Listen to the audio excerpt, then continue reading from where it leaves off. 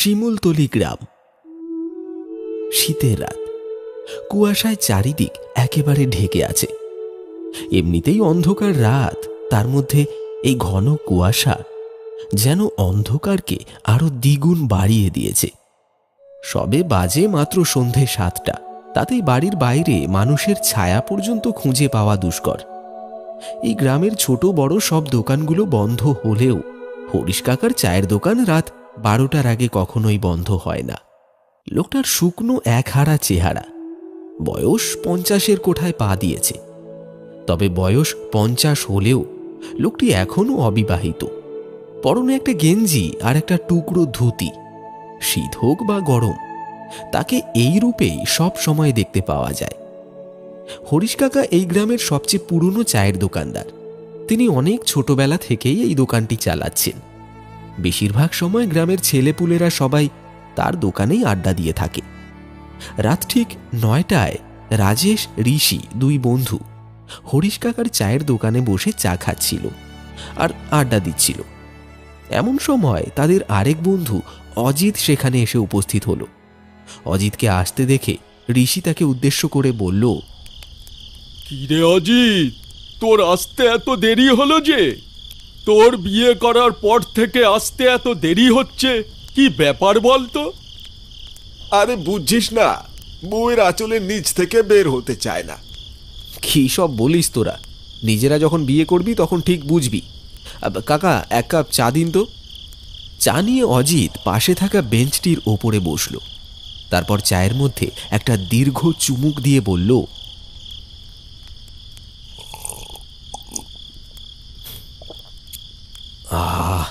হরিশ কাকা, চাটা কিন্তু বেশ বানিয়েছো।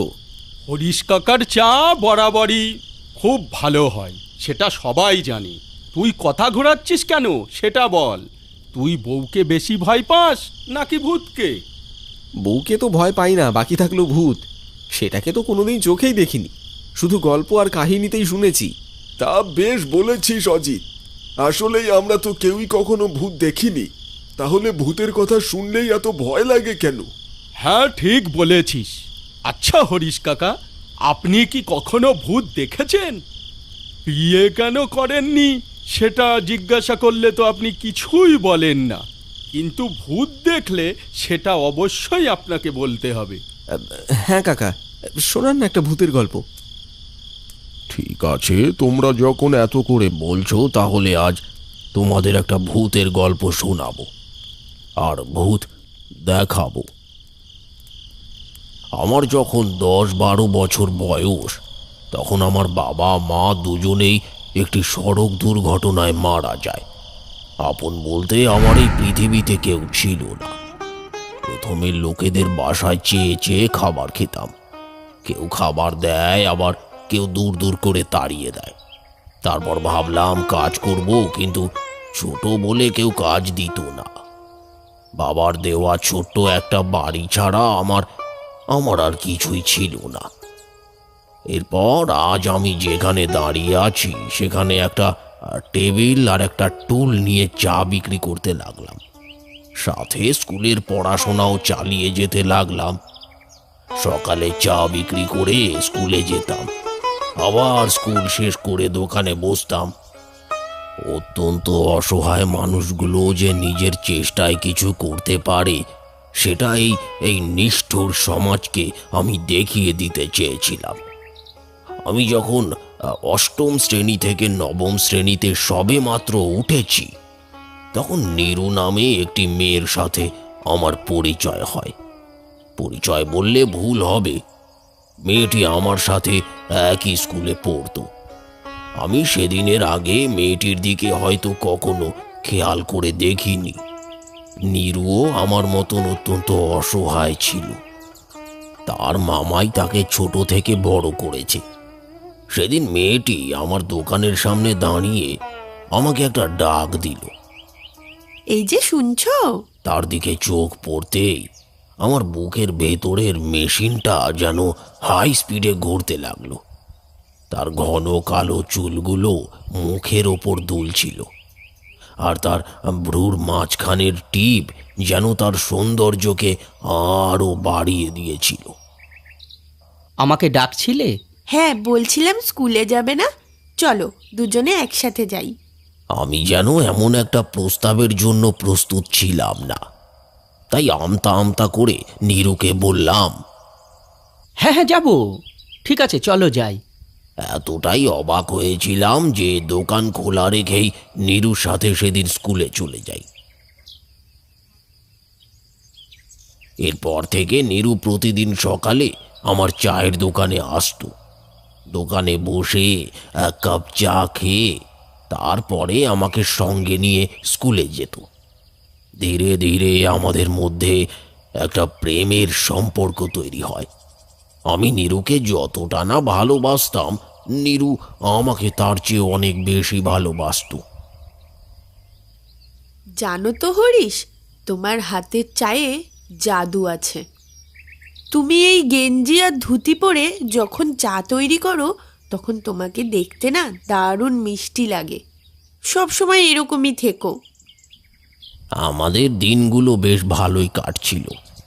স্কুল শেষ করে আমি কলকাতা বিশ্ববিদ্যালয়ে চান্স পাই।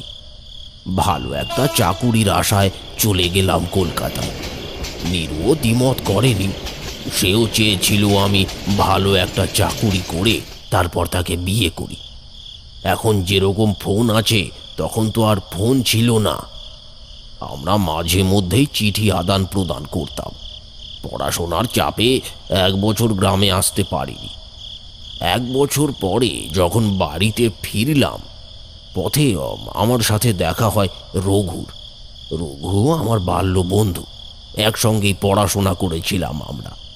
রঘু আমাকে দেখেই বলল, আরে কিরে দোস্ত, কেমন আছিস? এই তো রে, ভালো। তারপর তোর কি খবর বল? আমি ভালো আছি। আচ্ছা দোস্ত, তুই কি নীরুর বিষয়ে কিছু শুনেছিস? আমি তো এখন নীরুর বাড়ি যাচ্ছি। 3 মাস থেকে অনেক চিঠি লিখেছি, কিন্তু সে চিঠির কোনো উত্তর দিচ্ছে না। আরে নীরুর তো বিয়ে হয়ে গেছে পাশের গ্রামের প্রধানের ওই পাগল ছেলেটার সাথে। আর কি কি বলছিস তুই? এই না না না, তুই ভুল কিছু শুনেছিস। আমি এক্ষুনি যাব নীরুর কাছে। আরে হরিশ, আমার কথা তো শোন। আরে দাঁড়া হরিশ, দাঁড়া, আমার কথাটা শোন। রঘুর কথা শুনে আমার মাথায় যেন আকাশ ভেঙে পড়ল। আমার নিঃশ্বাস যেন বন্ধ হয়ে আসছিল। গ্রামের রাস্তা সন্ধে হয়ে এসেছে, আশেপাশে কোনো গাড়ি ঘোড়াও নেই। আমি পাগলের মতন দিশেহারা হয়ে নীরুর শ্বশুর বাড়ির দিকে ছুটলাম। আর বারবার একটা কথাই ভাবছিলাম, নীরু আমার সাথে এটা করতে পারলো? সে তো আমাকে ভালোবাসতো, তাহলে এমন কেন করলো? ছুটতে ছুটতে আমি গ্রাম প্রধানের বাড়ির সামনে এসে দাঁড়িয়ে পড়লাম। দাঁড়িয়ে দাঁড়িয়ে ভাবতে লাগলাম, আমার কি ভেতরে যাওয়াটা ঠিক হবে?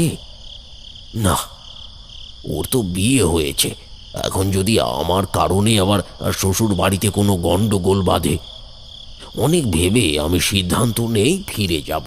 আর ঠিক সেই সময় আমি দেখি গ্রাম প্রধানের বাড়ির দরজাটি আপনা আপনি খুলে গেল, আর বাড়ির ভেতর থেকে ভেসে আসছিল একটা অতি পরিচিত কণ্ঠের আর্তনাদ। হরিশ, হরিশ, তুমি কোথায়? আমি তখন বাড়ির ভেতরে যাওয়া থেকে নিজেকে আর আটকে রাখতে পারলাম না। আমি ভেতরে প্রবেশ করতেই সবকিছু একদম নিস্তব্ধ হয়ে গেল। রাতের আধারে সব কিছু অন্ধকারাচ্ছন্ন। বাড়িতে কোনো আলো নেই, কোনো আওয়াজও নেই। আমার পায়ের আওয়াজটাই যেন বারবার আমার কানে এসে বাজছিল। আমি নীরুর নাম ধরে চিৎকার করতে লাগলাম, নীরু, তুমি কোথায়? হ্যাঁ দেখো, আমি এসেছি। তুমি ভয় পেও না, বেরিয়ে এসো, আমি তোমাকে নিতে এসেছি নীরু। আমার চিৎকারে এই ভয়ঙ্কর পরিবেশটার কোনো উন্নতি হলো না। আমার কথার কোনো প্রত্যুত্তর ভেসে এলো না। বাড়িটা দেখে মনে হচ্ছিল অনেক দিন ধরে বাড়িটা কেউ পরিষ্কার করেনি। আমি চারিদিক ভালো করে দেখছিলাম আর নীরুকে খুঁজছিলাম। হঠাৎ করে আমার সামনে এলোমেলো চুলে আর ছেঁড়া কাপড়ে একটা পাগল এসে দাঁড়ালো।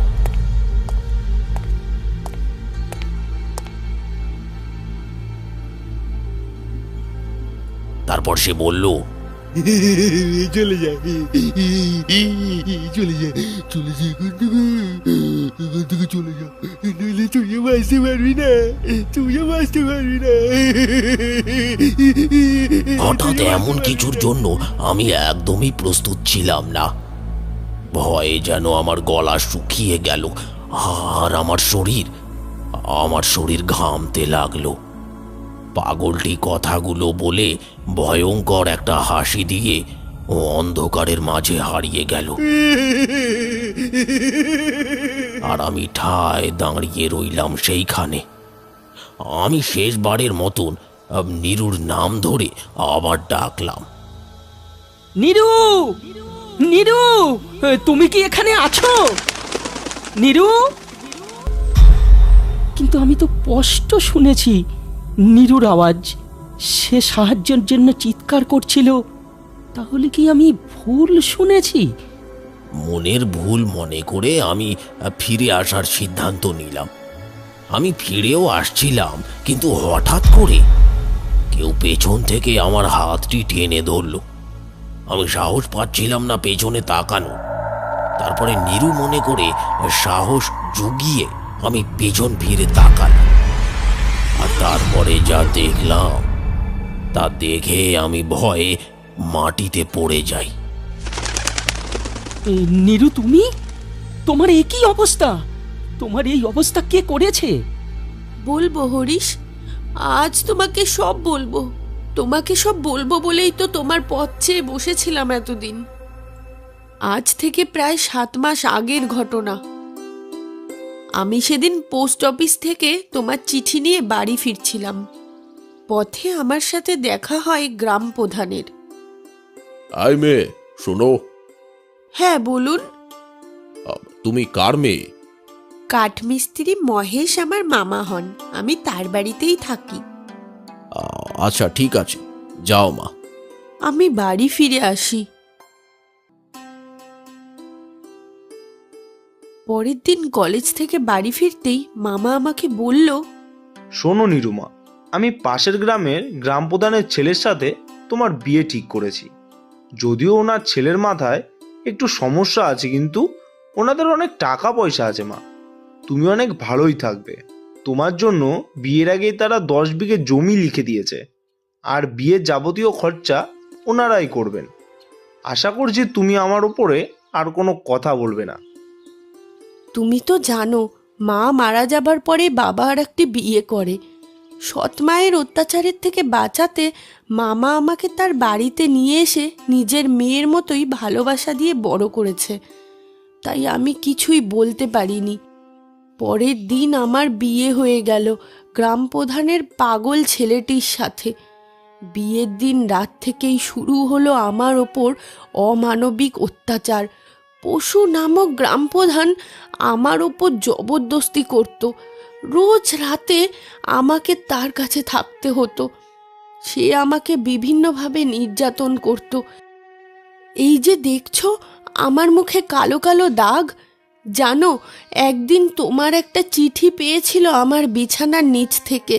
তারপরেই সে আগুন দিয়ে এভাবে আমার মুখ পুড়িয়ে দিয়েছে। আর আমার পাগল স্বামী এইসবের কিছুই বুঝতো না। সে এইসব অত্যাচার সহ্য করতে না পেরে একদিন রাতে আমি গ্রাম প্রধানের দুধের গ্লাসে বিষ মিশিয়ে তাকে মেরে ফেলি, আর নিজেও সেই বিষ পান করি। আর আমিও চলে যাই এই কষ্টের জীবন ত্যাগ করে। আমি অনেকবারই তোমাকে সবকিছু জানাতে চেয়েছি, কিন্তু জানাতে পারিনি। আমার জীবনটা তো নষ্ট হয়েছে, আমি চাইনি তোমার জীবনটাও নষ্ট হোক। তুমি আমাকে ভুল বুঝো না, আমি তোমাকে অনেক ভালোবাসি, আর আমি তোমাকে ঠকাইও নি। কথাগুলো বলে এক বুক কষ্ট নিয়ে সে কোথায় যেন হারিয়ে গেল। তবে এখন সে রোজ আসে আমার কাছে। আমরা দুজনে আগের দিনের মতোই চা খাই, গল্প করি, তারপর আবার সে চলে যায়। আমি অনেক ভালো চাকুরি করতে পারতাম, কিন্তু করিনি, কারণ আমার হাতের চা নীরুর ভারী পছন্দ। আমার অনেক পোশাক আছে, কিন্তু আমি সারা জীবন শুধু নীরুর জন্য এমন পোশাক পরে থাকি, কারণ তাকে আমি এখনো খুব ভালোবাসি। হয়তো তোমাদের বিশ্বাস হবে না বা আমাকে পাগল মনে করতে পারো, তবে আজ তোমাদের সেটাও প্রমাণ দেব। তোমরা ওই ওই ওই পাশের গাছটির পেছনে গিয়ে লুকিয়ে থাকো। নীরুর আসার সময় হয়েছে, একটু বাদেই সে আসবে। হরিশ কাকার কথা মতো তারা গাছটির পেছনে গিয়ে লুকিয়ে থাকল। খানিকক্ষণ বাদে দেখা গেল সুন্দর একটি মেয়ে হরিশ কাকার চায়ের দোকানে এসে বসেছে। তারপর তারা দুজনে চা খেতে খেতে অনেকক্ষণ গল্প করল। তারপর মেয়েটি কোথায় যেন মিলিয়ে গেল। সত্যিকারের ভালোবাসা এরকমই সুন্দর হয়।